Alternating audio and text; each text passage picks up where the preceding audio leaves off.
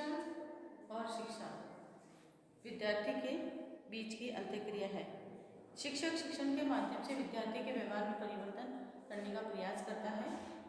शिक्षण एक कला है और शिक्षक एक कलाकार है। किसी भी कला के सिद्धांत होते हैं और इन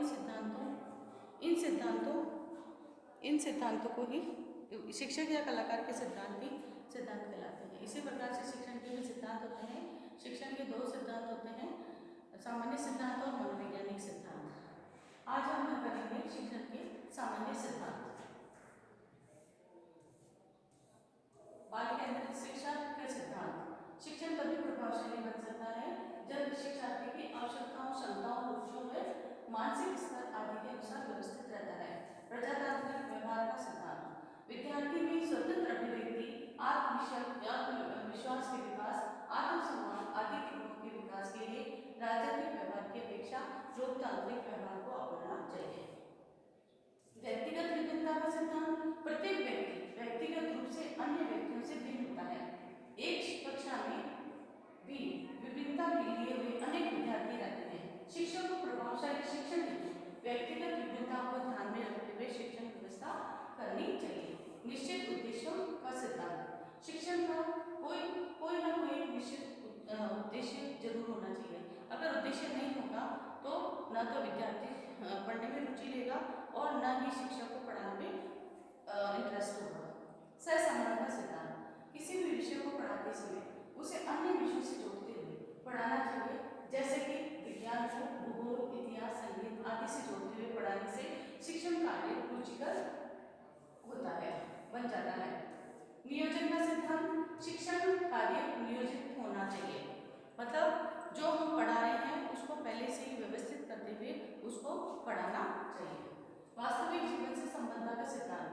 वह शिक्षा जो विद्यार्थी को अपने जीवन के लिए तैयार नहीं करती है वह व्यर्थ है। शिक्षक को विद्यार्थी को पढ़ाते समय विषय वस्तु को जीवन से संबंधित करके पढ़ाना चाहिए। लचीलेपन का सिद्धांत। शिक्षण प्रक्रिया सृजनात्मक छात्र के अनुकूल होनी चाहिए, अर्थात शिक्षण परिस्थितियों एवं तत्वों के अनुसार लचीला होना चाहिए। अभ्यास पुनरावृत्ति का सिद्धांत। शिक्षण का कार्य केवल शिक्षण क्रिया करके पाठ को छोड़ना नहीं है, अपितु उसे विद्यार्थियों को अच्छे अधिगम हेतु पाठ का अभ्यास व पुनरावृत्ति भी करनी चाहिए तथा उनकी कमजोरियों का निदान करके उपचारात्मक शिक्षण की व्यवस्था करनी चाहिए। चयन का सिद्धांत। शिक्षक को उद्देश्यों के अनुसार विषय वस्तु का चयन करना चाहिए।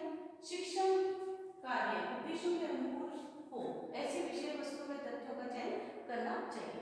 शिक्षक को विषय की प्रकृति, विद्यार्थी के स्तर व पूर्ण ज्ञान को ध्यान में रखते हुए शिक्षण के लिए प्रभावी व्यूह रचनाओं का चयन करना चाहिए। विषय वस्तु का विश्लेषण। विषय वस्तु को छोटे छोटे अंशों में बांटते हुए प्रत्येक बिंदु को स्पष्ट करते हुए पढ़ाना चाहिए, क्योंकि ऐसा नहीं करना चाहिए कि बहुत बड़े पाठ को ले लो और उसको बच्चा समझ भी नहीं पाए और शिक्षक उसको समझा ही ना पाए। इसलिए जो लेसन है, जो पाठ है, उसके छोटे छोटे टुकड़ों के रूप में उसको पढ़ाना चाहिए। सक्रियता व करके सीखने का सिद्धांत। जब तक विद्यार्थी स्वयं करके नहीं करेगा तब तक वह अधिगम नहीं कर सकता।